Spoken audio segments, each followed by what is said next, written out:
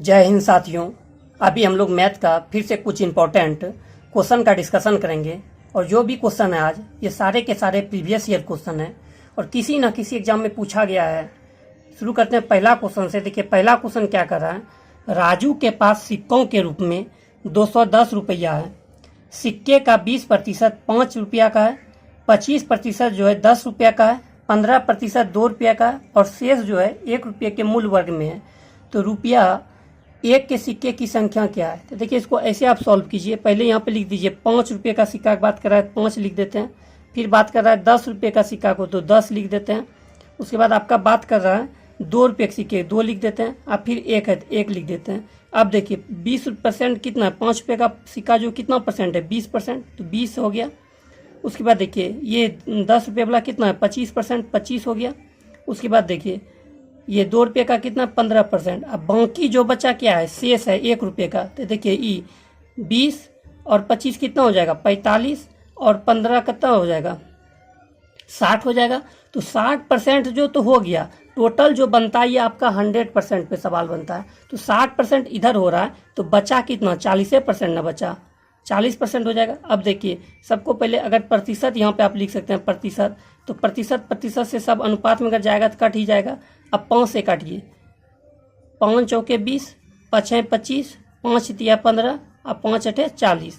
अब इस सबको इसी से गुना कीजिए, ये कितना हो जाएगा 5 चौक 20 हो जाएगा, 10 पचे 50 हो जाएगा, 3 दूनी 6 हो जाएगा, 8 का 8 हो जाएगा। 50 20 और 50 कितना हो जाएगा 70 और 70 6 76 और 76 8 कितना हो जाएगा 84 हो जाएगा। 84 जो है ना ये x आ गया। 84 x बराबर कितना है 210 है। तो 210 है। देखिए तो 21 बैंक 1 10 1 210, 21 चौके 84, 2 दूनी 4 और 2 पंचे 10। तो x बराबर क्या आ जाएगा, x बराबर क्या हो जाएगा 5/2 होगा। x बराबर 5/2। बात किसका कर रहा है, तो बात कर रहा है 1 रुपये के सिक्के की संख्या।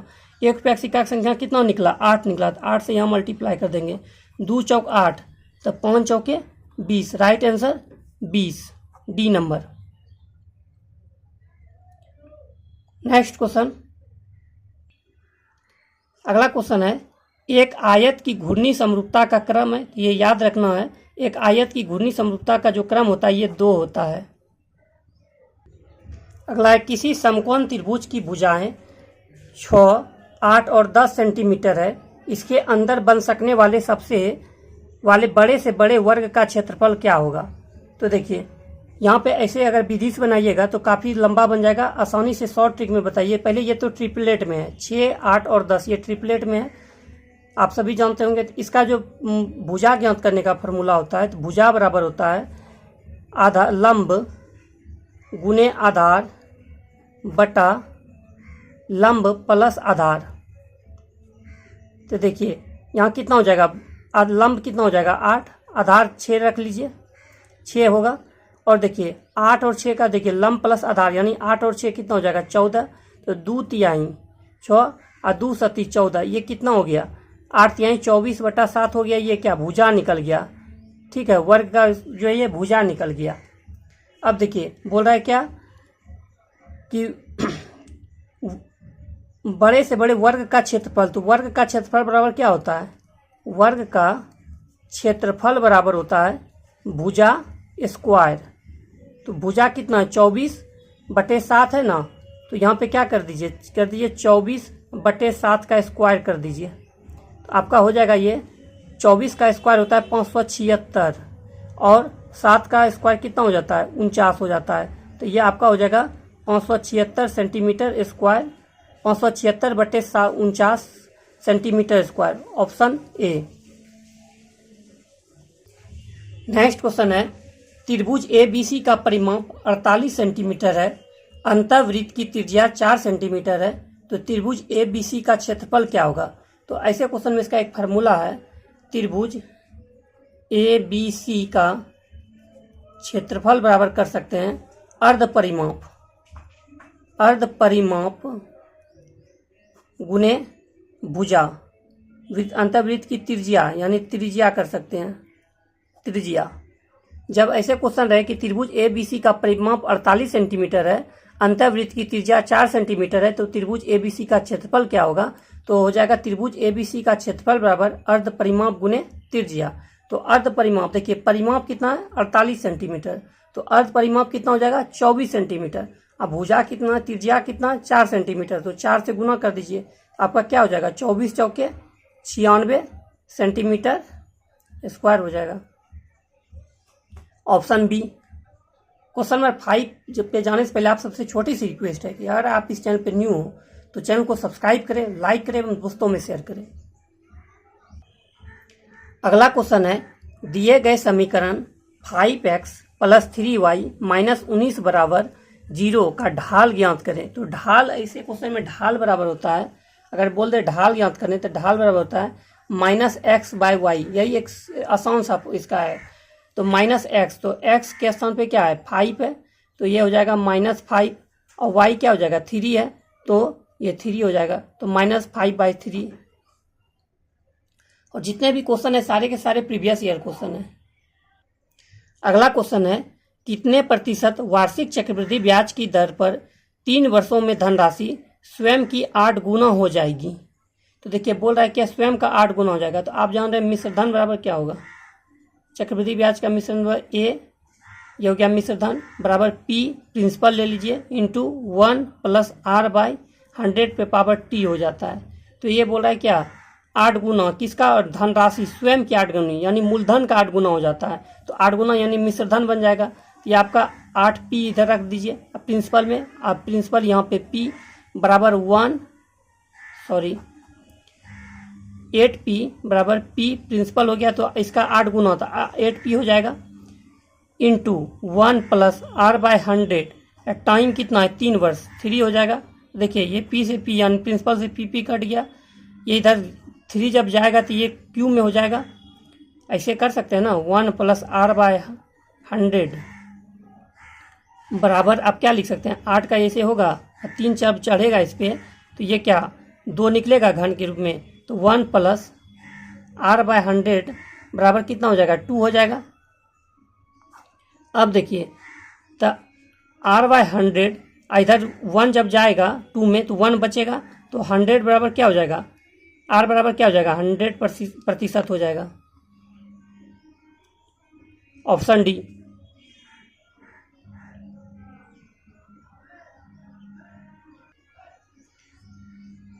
अगला क्वेश्चन है, यदि a + b + c बराबर 0 है तो a² + b² + c² बटे a² - bc का मान होगा।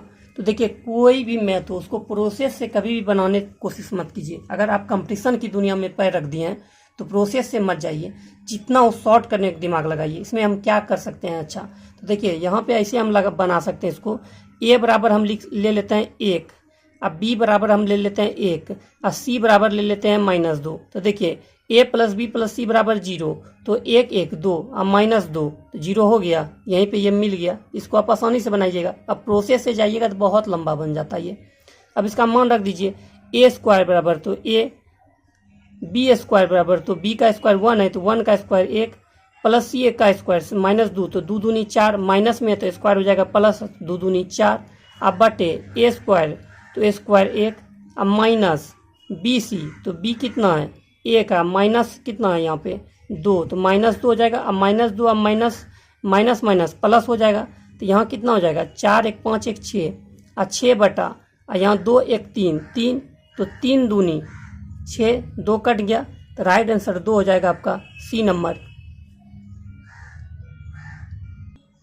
अगला क्वेश्चन है, ए बी और सी के कुछ महीने की आय का अनुपात 15:16:20 है। उन महीने में व्यय का अनुपात 12:14:15 है। सी अपनी आय का 3/8 भाग बचाता है, तो ए और बी की बचत का अनुपात ज्ञात कीजिए। काफ़ी इजी क्वेश्चन है ए और बी का। आप सिंपल सा यहाँ मान लीजिए, हम ठीक ना, आय को हम मान रहे हैं x, आय को हम मान लिए x और व्यय को हम मान लिए y। आय x भैया और व्यय बन गया y। तो आप देखिए, आप यहाँ पे अब आप लिख सकते हैं आय पे चलते हैं हम। आय बराबर क्या हो जाएगा 15x होगा, फिर क्या हो जाएगा 16y हो जाएगा, 16x हो जाएगा, फिर कितना हो जाएगा 20x हो जाएगा। ये आपका हो गया आय। अब व्यय पे थोड़ा सा बात कीजिए। व्यय बराबर क्या हो जाएगा 12x होगा, फिर आपका 14x होगा, और फिर क्या हो जाएगा 12y होगा, 14y होगा और 15y हो जाएगा। ये व्यय हो गया। ठीक है, अब बोल रहा है कि सी अपनी आय का 3/8 भाग बचाता है। देखिए जब आय और व्यय आप घटा दीजिएगा, यहाँ पे 3/8 भाग बचाता है।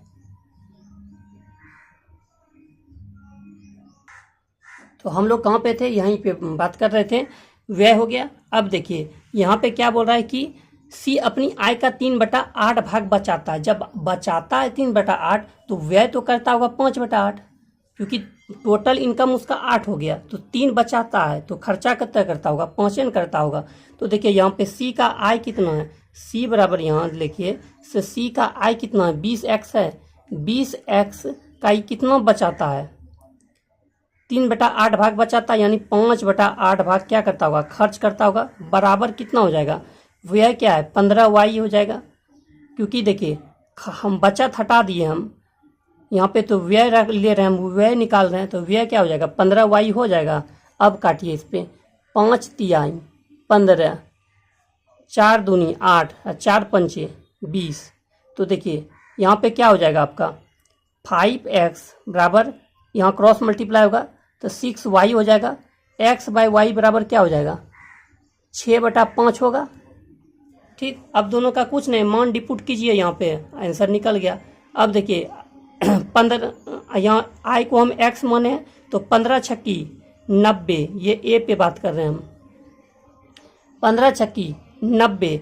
व्यय कितना है 12 पंचे 60, 60 व्यय हो गया।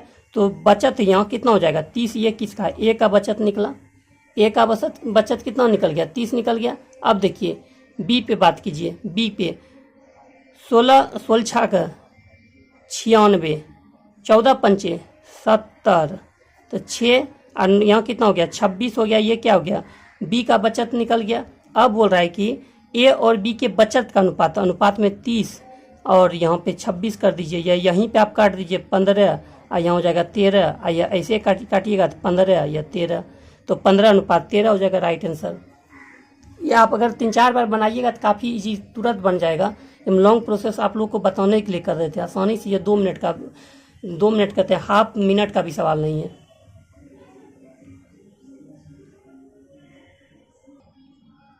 अगला क्वेश्चन है, किसी क्रिकेटर ने जिसकी गेंदबाजी का औसत 14.4 रन प्रति विकेट था, एक मैच में 22 रन देकर के 5 विकेट लिए, जिससे उसकी गेंदबाजी के औसत 0.4 की कमी आ जाती है। इस मैच से पहले उसके द्वारा लिए गए विकेटों की संख्या कितनी थी। तो देखिए पहले 5 से आप 22 में भाग दीजिए, 22 में आप जब 5 से दीजिएगा तो 5 चौके 20 हो जाएगा, और फिर 5 चौके 20, 4.4 आएगा इसका। तो देखिए ई जो ले रहा है 12.4 और ये फिर 22 रन देकर 5 विकेट ले रहा है, तो इसका औसत कितना निकल गया 4.4 आया। अब देखिए इसके क्या बोल रहा है कि उसकी गेंदबाजी के औसत में 0.4 की कमी आ जाती है। था कितना 12.4, कम कितना 4.4 घट गया, तो ये औसत कितना 12 हो गया होगा। अब इसका एलिगेशन विधि से निकाल दीजिए। यहाँ कितना हो जाएगा 0.4 हो जाएगा, इसमें आप कीजिए, इधर हो जाएगा 0, 10 में 4 गया तो 6, और यहाँ कितना 11 में 4 गया 7, और यहाँ पॉइंट हो जाएगा। अब पॉइंट से पॉइंट दोनों उड़ गया, तो ये 4 से 19 बार में हो जाएगा, 19:1 आ गया। अब देखिए बोल क्या रहा है, इस मैच से पहले उसके द्वारा लिए गए विकेटों की संख्या कितनी थी।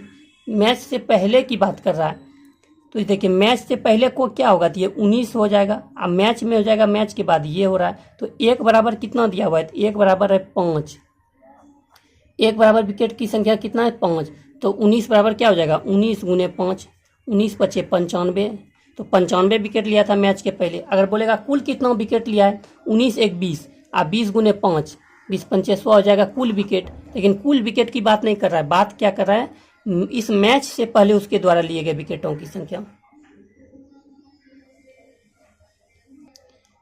लास्ट क्वेश्चन है, 2 पे पावर 7 गुने 3 पे पावर 5 गुने 5 पे पावर 4 गुने 7 पे पावर कुछ नहीं है तो 1 है पावर के गुणन कितने गुणनखंड सम संख्या। तो जब सम संख्या, देखिए ऐसा जो है इसका हम अगला टॉपिक जो होगा कल नहीं परसों नेक्स्ट टॉपिक जो भी होगा इसके इस जो सम विषम ये गुणनखंड पूरा हम बता देंगे आपको, इससे क्वेश्चन नहीं फंसेगा आपका, छूटेगा। देखिए यहाँ पे बोल रहा है तो इसमें बोल रहा है सम संख्या क्या है, कितने गुणनखंड सम है। तो देखिए सम जब बोलेगा ना तो सम वाला पावर वही रहने देना है, तो 7 का 7 पावर रहने देंगे, विषम में 1 1 बढ़ा देंगे तो 3 है, 3 का यहाँ 4 ले लेंगे। उसके बाद देखिए 5 4 पावर है तो 1 बढ़ा के 5 लेंगे, और 7 पावर है, 7 पे पावर कितना है 1 है, तो 1 बढ़ा के 2 ले लेंगे। अब गुना कर दीजिए, 7 चौक 28, अब 5 दूनी 10, 280 हो जाएगा इसका। देखिए जब सम गुणनखंड की बोले तो सम पे जो पावर है वो उतना ही रहना है, और विषम पे जो पावर है उसको 1 1 बढ़ा देना है। ऐसा टॉपिक 3 4 सवाल बनता है इस टॉपिक से, ये हम नेक्स्ट टॉपिक में करवा देंगे पूरा क्लियर। अगर आपको ये वीडियो अच्छा लगे तो अपने छोटे भाई को प्लीज़ सपोर्ट करें और चैनल को सब्सक्राइब करें, लाइक करें, दोस्तों में शेयर करें।